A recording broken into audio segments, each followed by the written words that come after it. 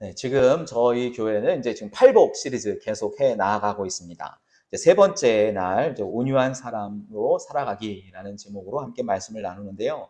이 말씀을 대하면서 제일 먼저 들었던 생각은 이 말씀은 동서고금을 막론하고 모든 사람들이 좋아하는 말씀이겠구나 하는 생각을 해보게 되었습니다. 이 땅이라고 하는 것 싫어하는 사람이 없잖아요. 땅 준다 그러면 싫어할 수는 있습니까? 없잖아요. 네, 땅 준다. 하나님께서, 예수님께서 특별히 땅을 준다 하셨던 말씀이었기 때문에 모든 사람 다 좋아하는 말씀이겠구나 이런 생각이 먼저 들었고요. 그 이유는 바로 이 땅이라고 하는 것이 성경 안에 걸쳐져 있는 이 땅에 대한 이야기가 인간의 삶의 기초를 정하는 매우 중요한 요소 중에 하나인 것이고, 땅을 통해서 정착하고 그 땅에 의해서 소득이 생기고 또 부의 축적이 가능하게 되는 그 기반을 이루는 것이 바로 이 땅입니다. 특별히 이제 이 땅을 누구에게 주겠느냐라고 예수님께서 말씀하셨을 때 온유한 사람에게 하나님께서, 예수님께서 땅을 주시겠다 하셨어요. 여러분, 온유하다라고 하는 말 뜻, 여러분 마음속에는 어떤 의미로 이렇게 자리 잡고 있습니까? 한자어를 보니까요, 이 온유할 때 이 온자는 따뜻할 온자를 쓰고 유자는 부드러울 유자를 쓰더라고요.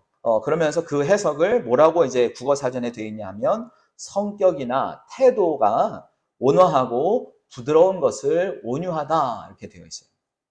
그래서 이제 온유하다는 말의 뜻은 우리가 모든 일에 한결같이 부드럽기만 하고 따뜻하기만 한 사람을 우리는 이제 온유한 사람이다 라고 얘기하면서, 그러면서 우리 마음에 드는 이 온유함의 또 다른 오해는 거절하지 못하는 우유부단함을 갖고 있는 사람을 온유하다라고 하는 것으로 오해하기도 한다는 거예요.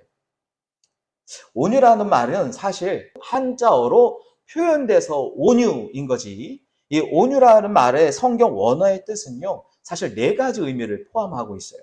어떤 거냐면요, 싸움과 충돌이 있는 곳에서는 진정시킨다 이런 뜻이 있고요, 또 짐승이나 흥분을 잘하는 일에 대해서는 길들인다 이런 뜻을 갖고 있어요.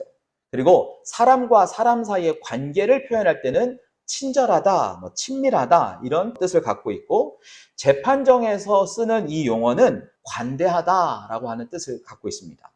그러니까요, 이 용어가 우리말로 할 때는 온유라고 하는 그 말 안에 포함되어 있어서 부드러움이라는 것이 대표되어 있지만, 이 성경 안에 있는 온유라고 하는 이 번역된 그 뜻에는 진정시키고 충돌을 무마하게 하고 부드럽게 만들고 어떤 일에 대해 길들여지는 상태이고, 또 사람과 사람에 대해 친절하기도 하고, 또 법정에서 재판할 때는 그 사람에 대해 관대하게 처우하는 그런 일들을 포함하고 있는 내용이라는 거예요. 그런데 이 온유란 말의 그 뜻 중에 매우 중요한 의미가 하나 있는데, 그것은 뭐냐면 태어나면서부터 온유한 사람은 없고, 이 온유는 배움을 통해서, 훈련을 통해서 형성되어지는 사람의 성품이라는 거예요. 그렇기 때문에 예수님께서 말씀하신 이 온유는 훈련과 길들여짐으로 인해서 내재화된 마음속의 여유로움과 부드러움을 말하는 태도입니다. 그 태도는 바로 강할 때는 강하고 부드러울 때는 부드러울 줄 아는, 한마디로 힘을 조절하는 능력을 배워서 알게 된 성품이 온유라고 말하는 거예요. 그러니까 무조건 착하기만 하거나 무조건 친절하기만 하거나 무조건 순응하기만 하는 것이 진정한 온유는 아니다. 그 온유는 내 안에 강함이 있지만 그 강함을 사용하지 않고 부드러움으로 대하는 성품을 갖게 되는 것, 그것이 훈련을 통해서 갖게 되는 것이 온유라고 말하는 거예요. 그래서 이 길들여짐에 대한 이야기를 할 때요, 우리는 야생마를 길들이는 것을 이제 생각해 볼 수 있습니다. 오래전에 이제 미국의 서부의 농장에 야생말들을 길들이는 사람들이요, 이렇게 야생말들을 길들였다고 합니다. 먼저 이 초원에 나가서 야생마보다 그 작은 당나귀를 야생말과 함께 묶어 놓는 거예요.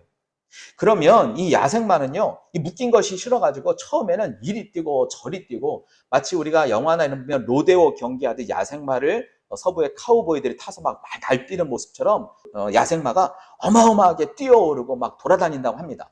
그런데 그 끝에 뭐가 묶여 있어요? 당나귀가 묶여 있는 거예요. 당나귀가 함께 묶여 있다 보니까 처음에는 그렇게 이리 뛰고 저리 뛰고 막 뛰어오르면서 힘없는 나귀를 그냥 이리 끌고 저리 끌고 다닌다는 거예요. 얼마 지나고 나지 않아서는요, 이 무기력한 이 당나귀들과 함께 그냥 도망가 버린대요. 목장에서 사라져 버리는 거예요. 당나귀와 함께. 그런데 한 3, 4일쯤 지나면 어떤 일이 나타나느냐? 야생마와 당나귀가 함께 목장으로 돌아오는 거예요. 돌아오는데 어떻게 오냐?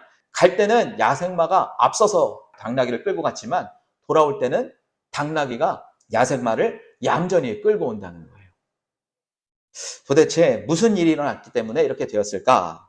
당나귀를 떼어놓기 위해서 젖먹던 힘까지 다 애썼던 야생마가 모든 것을 포기하고, 야, 얘는 도대체 나에게서 떨어질 수가 없구나. 얘는 내가 함께 살지 않으면 안 되는구나. 그런 마음으로 포기를 하고 끝까지 매달려 있는 그 당나귀에게 반항하기를 포기하고 결국엔 지쳐서 얌전히 당나귀를 따라오게 된다는 겁니다. 이게 바로 야생마를 길들이는 거죠. 저도 여러분도 이런 야생마와 같은 성질 있지 않습니까? 사실 성질 없는 사람이 어디 있겠어요? 욱하는 성격 있고 버럭하는 거 있고 다 있잖아요. 그런데 온유한 사람은 그런 성질이 있지만 성질을 쓰지 않는 사람. 그런 성질이 있지만 그것이 필요하지 않다는 것을 알면서 그 성질을 자제하고 부드럽게 대할 수 있는 그런 사람. 그래서요, 야생마 길들이는 방법처럼 외부의 힘, 어떤 요인으로 인해서 내 욕망이나 내 욕구, 그리고 이런 것들을 통제하고 제어할 수 있게 된 상태를 바로 길들여진 상태라고 이야기하는 겁니다. 그게 바로 온유한 상태인 거죠. 요즘에는 어떤 일이 온유한 상태를 표현할까 생각을 해봤는데요. 남자분들이든 여자분들이 요즘 이제 운전하시는 분들 많으시잖아요. 운전할 때 저는 일부러 내비게이션을 켜요. 아는 길을 갈 때. 왜 켜느냐? 예, 알고 있던 길이기 때문에 늘 가긴 하지만 내비게이션을 켜놓으면요, 과속을 덜 하게 됩니다. 어느 쯤에 가서 가속이 있는지 단속이 있는지 알게 되니까 주의하게 되고 경계하게 되고 내 속도를 늘 알려줘요. 그러니까 더 빨리 갈 수 있음에도 불구하고 과속할 수 있음에도 불구하고 제가 조금씩 천천히 가게 되기도 하죠. 때로는요, 제가 익숙해진 고집스러운 길이 있지 않습니까? 늘 다니는 길. 그런데요, 그 길이 항상 빠른 길은 아니지 않습니까? 어떤 때는 교통사고가 있기도 하고 어떤 때는 공사가 있기도 해서 때로는 내비게이션이 다른 길로 인도를 해주거든요. 그럴 때요, 우리는 고집스럽게 그 길로 갔다가 아는 길로 갔다가 된통 당하는 경우도 있지만 때로는 아는 길이지만 내비게이션이 돌아가라는 인도를 따라서 돌아갔을 때 훨씬 빨리 도착하게 되는 이점이 있는 경우도 있지 않습니까? 그런 것처럼 우리의 삶에 어떤 장치를 통해서 우리가 제어하고 내 고집을 버리고 내 욕심대로 욱하는 성격들을 내려놓을 수 있고 과속하지 않도록 자제해 줄 수 있는 것, 그런 삶을 살아가는 것이 바로 온유의 과정인데요. 우리의 성품은 그 온유의 과정을 다 이뤄낼 수 없고 배워서 된다 그랬어요. 그래서요, 하나님은 우리에게 성령님을 통해서 온유한 과정을 만들어 가십니다. 여러분, 우리의 삶에 성령님과 동행해 보세요. 온유해집니다. 성령님께서 알려주세요. 과속이야 지금. 너 지금 갑자기 버럭하려고 하잖아. 조심해야 된다. 안전하게 가야 된다. 그 길이 아니야. 평소에는 그 길이 맞는데 지금은 그 길이 아니야 라고 성령님께서 우리에게 알려주시고 체근하여 주십니다. 저와 여러분 안에 이 야생마와 같은 성질이 없을까요? 있잖아요. 다 있잖아요. 그때 우리는 우리의 야생마 같은 성질을 안전하게 좀 누그러뜨릴 수 있고 온유하게 바꿀 수 있는 성령님을 날마다 의지하시면서 살아가면 좋겠습니다. 그래서 내가 갈 수 있는 빠른 길, 좋은 길을 갈 수 있지만 성령님의 인도하심을 따라 가는 길, 그 길을 걸어가는 길, 그래서 내 지식과 내 방식과 내 경험을 내려놓는 과정, 그것이 바로 온유의 과정인 거예요. 그러면 예수님께서는 왜 이 온유한 사람들에게 땅을 주신다고 하셨을까? 아까 말씀드렸던 것처럼 이 땅이라고 하는 것은 생존이기도 하고 축복이기도 하고 하나님의 약속이기도 한데요. 성경을 보니까 이 땅에 대한 이야기가 생각보다 많은 내용을 포함하고 있더라고요. 여러분, 처음 하나님께서 천지를 만드셨다 그랬잖아요. 그죠? 창세기 1장 1절에. 거기에 나오는 단어가 땅이에요. 태초에 하나님이 하늘과 땅을 만드셨다. 그러니까 이 땅이라고 하는 것은 하나님께서 생각하신 인간이 살아가는데 매우 중요한 기초 중에 하나라는 거죠. 그 다음에 하나님께서는 그 창조하신 땅 안에 새로운 땅, 더 중요하고 축복의 땅을 하나 만드셨죠. 그게 바로 에덴입니다. 에덴 동산을 누구에게 주셨습니까? 아담과 하와에게 맡겨주셨죠. 그리고 나서 그들에게 말씀하신 건 뭐예요? 생육하고 번성하고 어디에 충만하라? 이 땅에 충만하라. 그리고 땅을 다스려라. 이렇게 하셨어요. 하나님께서는 인간에게 땅을 주시면서 그 땅 안에서 생육하고 번성할 수 있는 기반으로 땅을 주시고 그 땅을 다스릴 수 있는 권한을 인간에게 위임해 주신 거예요. 왜 그럴까요? 바로 인간은 하나님을 닮아서 하나님처럼 다스릴 수 있기 때문에 땅을 맡기신 겁니다. 하나님께서는요, 또 한 사람을 부르셔서 땅을 주겠다 약속하신 분이 한 분 있습니다. 그분의 이름은 아브라함이죠. 하나님께서는 갈대아에 있는 우르라는 지방에서 한 사람을 택하셨어요. 의로운 한 사람 택하셔서 그에게 다른 이야기 하지 아니하시고 약속 하나 하셨어요. 내가 너에게 지시할 땅이 있고 알려줄 땅이 있는데 그 땅을 너에게 줄 것이다. 그러니까 너는 아비와 친척과 본토를 떠나라 얘기하셨어요. 그리고 그 땅을 약속하셨습니다. 근데 그 땅을 소유할 수 있는 조건, 그게 하나 있는데 그게 바로 하나님을 경외하는 방법이었어요. 하나님을 경외하면 내가 그 땅을 내게 줄 것이다. 그래서 하나님이 아브라함을 시험했죠. 모리아 산에서. 내가 나를 경외하는 줄, 내가 너의 아들보다 나를 경외하는 줄 이제 알았다. 하나님 그 마음을 알기 원하셨던 거죠. 그래서 하나님은 그 아브라함에게 그 약속의 땅을 보여주시고 내가 너에게 그리고 너의 후손에게 이 약속의 땅을 주겠다 하셨습니다. 근데 그 약속을 하나님께서 누구에게 이어주십니까? 바로 그 이삭과 야곱에게 약속을 이어주시는 거죠. 그 땅을 계승하고 그 땅을 승계할 수 있는 권한을 주신 거예요. 그리고 나서 야곱의 아들을 통해서 애굽 땅에 그들을 피해 놓으시고 그리고 나서 400년이 지난 이후에 한 나라를 이룰 만한 위대한 민족으로 만드신 이후에 그들에게 말씀하십니다. 뭐라고 말씀하셨죠? 내가 이제 애굽을 떠나 내가 너에게 줄 땅으로 가라 얘기하셨어요. 그래서 이 모세를 통해서 이스라엘 백성들이 애굽에서 탈출해서 어디로 향합니까? 아브라함에게 약속하신 그 가나안 땅을 향해서 가는 거예요. 하나님께서 주시겠다고 한 그 땅을 향해 가는 겁니다. 그리고 그곳에 도착해서 먼 발치에서 그 땅을 바라보았어요. 하나님께서 주실 땅을 바라보았어요. 주시겠다고 한 약속의 땅을 바라보았는데 그들은 그 약속의 땅을 포기했어요. 그 땅은 너무 강대한 땅입니다. 그 땅의 사람 너무 강해요. 우리는 메뚜기 같아요. 그 사람들은 거인입니다. 하나님께서 주시겠다고 했던 그 약속의 땅을 바라보기만 했고 이스라엘 백성은 하나님께서 그 땅을 주실 것이란 믿음이 없어서 40년 동안 광야에 머무르며 긴 시간을 배회하게 됩니다. 그러면서 그들은 뭘 배웠을까요? 하나님의 뜻을 따르는 삶을 배워갑니다. 광야의 삶을 통해서요, 철저하게 하나님만 의지하게 하시고 철저하게 하나님께서 원하시는 방식으로 살아가게 하시는 거예요. 그리고 나서 40년이 지난 이후에 가나안 땅을 그들에게 진짜 주십니다. 어떻게 해서 주셨을까요? 우리는 기억합니다. 여호수아가 여리고성을 점령할 때 어떻게 점령했나요? 말도 안 되는 방법으로 점령했어요. 싸워서 이긴 게 아니에요. 하루에 한 번씩 돌고 마지막 6번째 날 7바퀴를 돌고 그저 소리 한 번 질렀어요. 온 백성이 고함쳤어요. 세상에 소리쳐서 땅을 정복하고 여리고성을 점령했다는 것. 그것을 누가 그 작전을 짰나요? 하나님께서 짜셨어요. 이스라엘 백성들은 40년 동안 광야 생활을 하면서 배운 게 있어요. 가나안 땅을 얻으려면 뭘 해야 된다? 하나님만 의지하고 하나님의 방식에 맞추어 살아가야 한다. 하나님의 말씀대로 살아가야 한다라는 것을 깨닫고 그 일을 실행에 옮길 때 하나님은 가나안 땅을 정복할 수 있는 길을 열어주셨습니다. 그 이후에 여호수아를 통해서 끊임없이 다 모든 가나안 땅을 점령해 나아갔죠. 여러분, 이제 우리는 알 수 있게 됩니다. 하나님은 땅을 누구에게 주십니까? 땅을 다스릴 수 있도록 하나님 말씀에 순종하는 사람에게 줘요.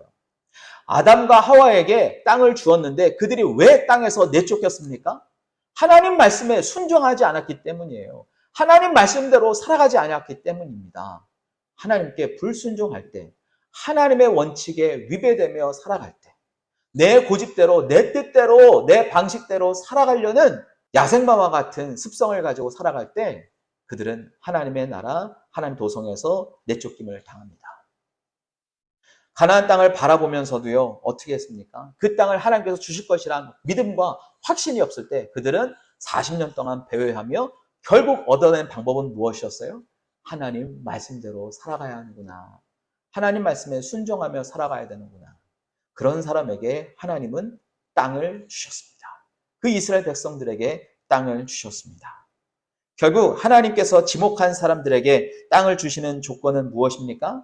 하나님께서 불러낸 자들, 바로 이 교회 공동체, 하나님의 사람들에게 땅을 주시겠다고 약속하셨는데 그 약속의 조건은 무엇입니까? 그게 바로 온유라는 거예요. 온유는 태어나면서 있는 것이 아니라 하나님의 말씀을 통해 경험하며 배워가는 것. 그래서 우리 안에 자리 잡은 하나님을 닮은 성품, 그것이 바로 온유인 거예요. 성경에는 온유하다라고 평가된 사람 중에 최고의 사람이 있습니다. 이게 누구인지 혹시 기억나시나요? 바로 모세입니다. 민수기 12장 3절에는요. 이 사람 모세는 온유함이 지면의 모든 사람보다 더하더라. 가장 온유한 사람이었어요. 이 가장 온유하다고 평가되었던 이 모세가 진짜 태어나면서부터 온유했던가요? 여러분, 우리는 알고 있습니다. 이 모세는요, 애굽의 왕자로 있었을 때 자기 이스라엘 백성이 애굽 사람에게 핍박을 당하자 순간적인 분노를 참지 못하고 살해합니다. 살인자가 되었어요. 이스라엘 사람들에게 욕먹게 되고 결국 광야로 도망갑니다. 그 역시 40년 동안 광야에서 생활합니다. 그리고 80세가 되어서 하나님의 부름을 받죠. 하나님께서 말씀하시죠. 모세야, 내가 선 땅은 거룩한 땅이니까 내 발에서 신발을 벗어라. 여러분, 신발을 벗는다는 건요, 노예가 되는 거예요. 종이 되는 거예요. 당시의 모든 종들은 신발을 신을 수 없었거든요. 하나님께서 모세에게 신을 벗으라고 하는 것은 이제 너는 내 종이 되어야 한다라는 말씀입니다. 모세는 그 말씀에 순종하고 자기 스스로가 하나님의 종이 되겠다 자처하면서 하나님 앞에 나아갔던 것이죠. 더 이상 내가 주인이 아니라 내 마음대로 살지 않고 주인 없는 야생마처럼 제 마음대로 자기 마음대로 날뛰면서 사는 것이 아니라 이제는 하나님의 종으로서 하나님의 뜻에 순종하며 하나님을 주인으로 모시고 살라라고 하는 하나님의 말씀에 순종하여 길들여진 사람으로, 하나님 말씀에 길들여진 온유한 사람으로 살아가게 되는 것입니다. 자신의 거친 천성대로 사는 것이 아니라 성령을 통해서 변화된 성품을 통해 살아가는 그런 삶, 그것이 바로 모세가 이루어낸, 하나님께서 모세를 우리에게 온유하다라고 평가하신 그 온유한 성품이 되는 거예요. 또 자기 스스로가 온유하다라고 말한 분이 한 분 있습니다. 누구인가요? 바로 예수님이세요. 예수님은 말씀처럼 나는 온유하니, 나는 온유하니. 예수님도요, 이스라엘 백성들처럼 40일 동안 광야 생활을 통해 훈련하신 것을 기억하십니까? 사탄의 시험을 통과하시면서 예수님께서 온유함의 완성자임을 우리에게 증거 삼아 주셨습니다. 예수님은 40일 동안 광야 생활을 하시면서 철저하게 자기의 욕심을 따라, 육체의 욕심을 따라, 자기의 명예를 따라, 자기의 욕구를 따라 사는 것을 다 내버려 두시고, 다 버리시고 성령 하나님을 통해서 하나님의 온전한 성품 앞에, 하나님의 온전한 말씀 앞에 순종하며 하나님을 섬기는 방법을 배워 나오셨습니다. 그래서요, 사탄이 예수님을 시험하죠. 야, 너 돌로 떡을 만들어 버려라. 내가 너에게 땅을 줄 테니까 나에게 한번 절해봐라. 너 이 성전 위에서 뛰어내려봐라 라고 이야기하지만 예수님은 그때그때마다 무엇으로 그 사탄의 시험을 이겨내셨습니까? 하나님의 말씀으로 이겨내셨어요. 하나님, 사람은 배고픔과 싸워 이기는데 바로 하나님의 말씀으로 사는 것이다 이야기하셨어요. 하나님의 방식으로 세상을 이길 십자가를 온 몸을 지었는데 예수님은 명예와도 싸워 이겨내셨습니다. 그리고 하나님을 넘어서려는 그 교만과도 싸워 이겨내셨습니다. 하나님을 시험하지 말아라. 하나님만 섬겨라. 사람이 하나님의 말씀으로 살아야 한다. 예수님께서는 그렇게 삶을 살았던, 광야 학교를 지나 나오셨던 예수님 자신의 삶을 그렇게 우리에게 보여주시면서 예수님의 온유를 배우라고 이야기했어요. 여러분, 온유한 사람이 되려면 우리는 반드시 거쳐야 하는 훈련이 있어요. 그게 바로 광야입니다. 온유는 배우는 과정이기 때문이에요. 인생에서 광야로 대변하는 과정을 우리는 반드시 통과해야 합니다. 그 통과하는 그 가운데 우리는 예수님처럼 우리의 육체의 소욕을 따르지 않는 삶을 배워가야 하고, 우리가 내 명예와 내 욕구를 위해 사는 삶을 버려서 하나님을 시험하는 자가 아니라 하나님을 섬기는 자로 변화되는 과정을 겪어야 한다는 거예요. 그것이요, 어떤 사람에게 있어서는 가난으로 찾아올 수 있습니다. 어떤 분의 광야는 때로는 고독일 수 있습니다. 어떤 분의 광야는 떠돌아 다니는 삶일 수도 있어요. 어떤 사람은 오해를 받아 비난받는 일일 수 있고, 어떤 사람은 아무와도 대화할 수 없는 침묵으로 일관해야 하는 상황일 수도 있습니다. 때로는 어떤 분의 광야는 질병일 수도 있고요. 어떤 분에게서는 위험이나 위협적인 상황이 될 수도 있어요. 관계의 단절일 수도 있어요. 버림받는 일이거나 배신일 수도 있습니다. 그런데요, 이 광야는 누구에게나 있다는 겁니다. 상황은 다르지만, 개인의 처한 위치는 다르지만 광야는 반드시 있는데요, 저와 여러분 그 광야를 반드시 통과해야 합니다. 왜냐하면 그 광야를 지난 동안 우리는 하나님의 온유를 닮아갈 수 있기 때문이고, 예수님의 온유를 배워가기 때문입니다. 그래서요, 우리는 그 광야에서 예수님의 온유를 배워 나와야 합니다. 개인이든 가정이든 공동체이든 우리는 광야를 통해 하나님께 길들여집니다. 하나님을 닮아가고 하나님의 말씀의 방식을 배워가고 하나님을 닮은 꼴로 변화되어 갑니다. 온유해지는 것이죠. 다른 조건이 없어요. 온유한 사람에게 땅을 주신다고 하셨으니까 여러분, 우리가 땅을 원한다면 온유해져야 합니다. 온유한 사람이 되어야 할 겁니다. 그런데요, 우리는 온유한 사람이 되기 싫기 때문에 땅을 가지지 못하는 건 아니겠습니까? 저와 여러분은 온유한 사람이 되어서 예수님께서 주시는 그 땅을 꼭 소유하는 사람 되기를 바랍니다. 예수님을 닮아서 예수님처럼 참고 예수님의 말씀을 따라서 살아가고, 예수님의 온유처럼 하나님의 말씀 우리의 삶의 기준이 되어서 예수님을 닮은 온유한 사람이 되어서 예수님이 얼마든지 주시는 그 땅을 받아 누리는 사람들이 되었으면 좋겠습니다. 이 세상에요, 자신을 온유하다 말할 사람 한 사람도 없는데요, 그건 뭐냐면 이 온유한 성품은 후천적으로 배워야 되기 때문인 거죠. 이스라엘의 멍에는요, 우리가 생각하는 멍에와 좀 다른 것 혹시 알고 계십니까? 우리나라 멍에는 이렇게 삼각형 모양으로 뿔 모양처럼 되어 있어요. 그런데 이스라엘의 멍에는 평행합니다. 평행해서 두 마리에게 똑같이 멍에를 매요. 이스라엘의 멍에는 두 마리가 같이 움직이는 멍에고, 우리나라 멍에는 한 마리만 움직이는 멍에예요. 그러니까 예수님께서 말씀하실 때 그 멍에, 나는 마음이 온유하고 겸손하니 나의 멍에를 배우고 내게 배우라고 하신 그 멍에는 나와 함께 멍에를 매자는 거거든요. 내 멍에를 같이 매자는 거거든요. 그럴 때 우리는 어떻게 됩니까? 인도하는 소는 끌려오는 소를 이해하고 배려하며 이끌어가고, 그 끌려가는 그 소와 함께 보폭을 맞추어 가야 합니다. 또 반대로 함께 가는 중에 이끌림을 받는 소는 반드시 이끌어가는 소의 방향에 함께 맞춰와야 하고, 이끌어가는 그 소의 발걸음을 맞추어 가야 하는 거예요. 서로 같은 곳을 향해 바라보고 같은 발걸음을 통해 배워가는 것이 바로 온유의 과정입니다. 예수님께서 나는 마음이 온유하고 겸손하니 나의 멍에를 함께 매자고 하는 것은 완전한 온유를 이루어낸 내 성품이 너희 안에 자리 잡으려면 나와 함께 걸어가야 하고, 나와 함께 바라보아야 하고, 내 걸음에 맞춰야 하고, 내 경험에 맞춰야 한다고 예수님께서 우리를 초대하고 계시는 겁니다. 사랑하는 여러분, 우리가 예수님을 통해서 배워야 할 그 온유, 야생마를 길들이기 위해 당나귀를 함께 묶어 놓듯이 우리는 예수님께 묶임을 당하여 예수님께 매여 예수님의 온유를 함께 배워가야 합니다. 야생마가 당나귀 때문에 자기의 모든 욕구나 자기의 방식을 다 내려놓고 당나귀와 함께 걸어 돌아오듯, 우리의 모든 것들을 내려놓고 우리의 성질도 우리의 성깔도 우리의 경험도 다 내려놓고 예수님의 보폭에 발맞추어 함께 우리는 하나님 앞으로 나아와야 합니다. 예수님을 통해서 우리가 배워야 할 그 온유, 예수님의 광야 사건을 통해서 배워야 했던 그 온유 배워가야 하겠습니다. 그래서 우리는 온전히 예수님과 함께 온유를 배워가 그 예수님의 온유를 닮아서 예수님께서 주는 땅을 누리며 살아가기를 바랍니다. 온유한 상태를 잘 설명하는 장면은요, 어떤 장면이면 우리가 온유한 상태를 잘 이해할 수 있을까 생각을 해봤는데요. 동물의 왕국 같은 거 보시면 사자가 자기 사냥감을 포획하는 장면이 나오지 않습니까?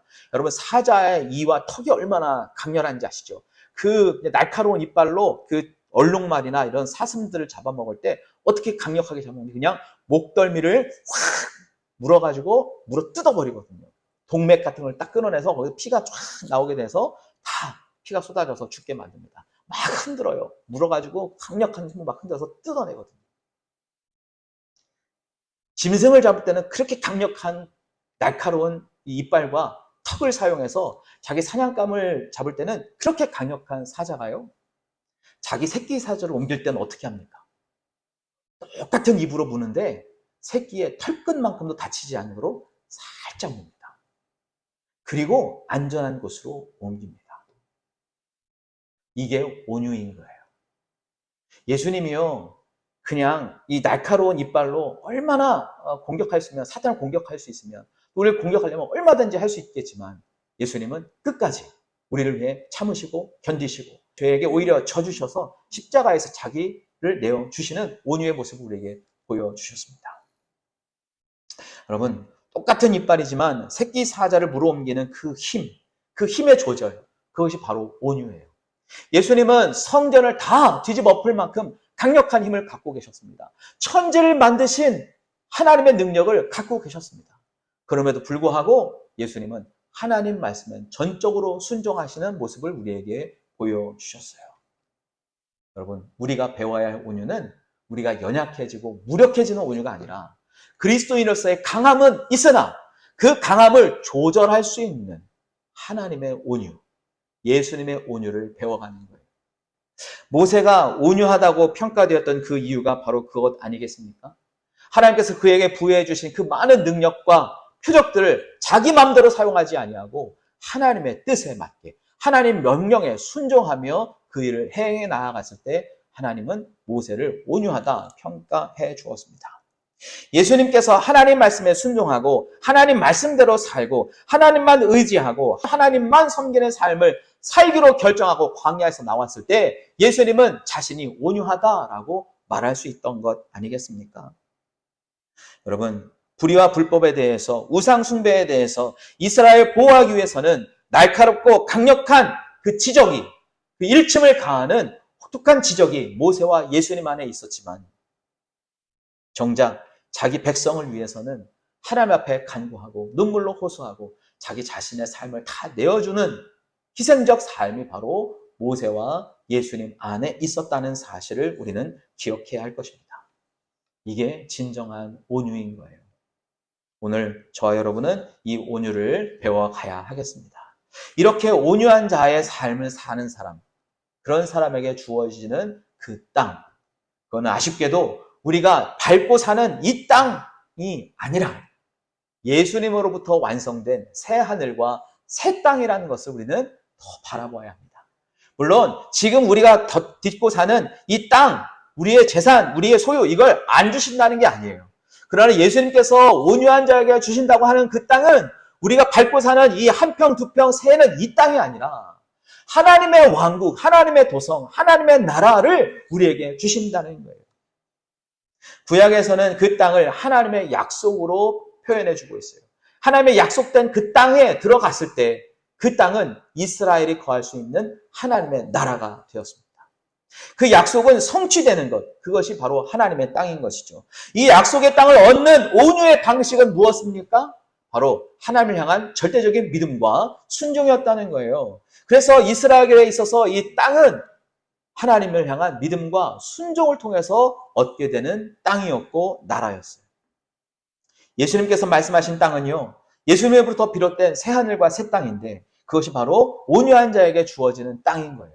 온유한 자에게 주어지는 하나님의 나라인 거예요. 하나님의 나라를 얻게 되는데 그 하나님의 나라는 하나님과 예수님의 통치에 의해서만 얻게 되는 하나님의 나라인 거죠. 그 하나님의 나라가요, 성령 강림을 통해서 제한된 이스라엘 영역 외에서 온 세계로 확장이 됩니다. 하나님은 이스라엘 땅을, 가나안 땅을 주겠다고 하셨고, 예수님은 그 땅을 하나님의 나라로 주겠다고 하셨고, 성령님은 오셔서 그 땅을, 그 하나님의 나라를 확대해 나가시는데, 예루살렘과 온 유대와 사마리아와 땅끝으로 하나님의 나라를 확장해 주시면서 그 확장된 나라를 온유한 사람들에게 주겠다 하셨던 거예요. 그러니까 여러분, 우리가 온유한 사람이 되면 우리는 세계적인 사람이 되는 거예요. 하나님께서 주시고자 하시는 그 땅은 예루살렘에 제한된 땅이 아니라 온 세과 열방을 가슴에 품고 사는 사람의 땅으로 바뀌는데요. 하나님의 나라는 예수님께서 말씀하셨어요. 여기 있다, 저기 있다, 먹는 것이나 마시는 것이 아니다. 하나님의 나라는 어디에 있다 말씀하셨습니까? 바로 우리의 마음 안에 있다 하셨습니다. 그래서 온유한 사람은 마음에 하나님의 나라를 품고 사는 거예요. 온유한 사람의 마음에는 하나님의 열방을 품고 사는 사람이 되는 거예요. 열방의 지도자로, 열방의 리더로 살아가게 되는 것이 하나님께서 온유한 사람에게 주시는 특권인 겁니다. 그래서요, 예수님은 팔복의 말씀을 통해서 너희가 온유한 자가 되어라. 그래서 온 세계를 다스리는 사람으로, 온 세계에 하나님 나라의 상속자로 살아가기를 촉구하고 계시고 요구하고 계시는 것입니다. 바라기는요, 저와 여러분이 이런 온유를 배워갔으면 좋겠습니다. 예수님께로부터 배운 그 온유한 성품을 가지고 살아가는 그 하나님의 나라를 저와 여러분의 가슴 안에 품고 그런 하나님의 나라를 소유한 사람으로 이 땅을 발딛고 살아가면 좋겠습니다. 그러면 이 세상을 바라보는 관점이 바뀌는 거예요. 이 세상에서 사람들의 욕망과 사람들의 욕구를 추구해서 살아가는 사람에서 우리는 그것을 따르는 사람이 아니라 하나님의 방식, 하나님의 말씀, 그것을 따라서 하나님의 나라를 품고 사는 하나님 시민권을 갖고 있는 사람으로 살아가게 되는 것입니다.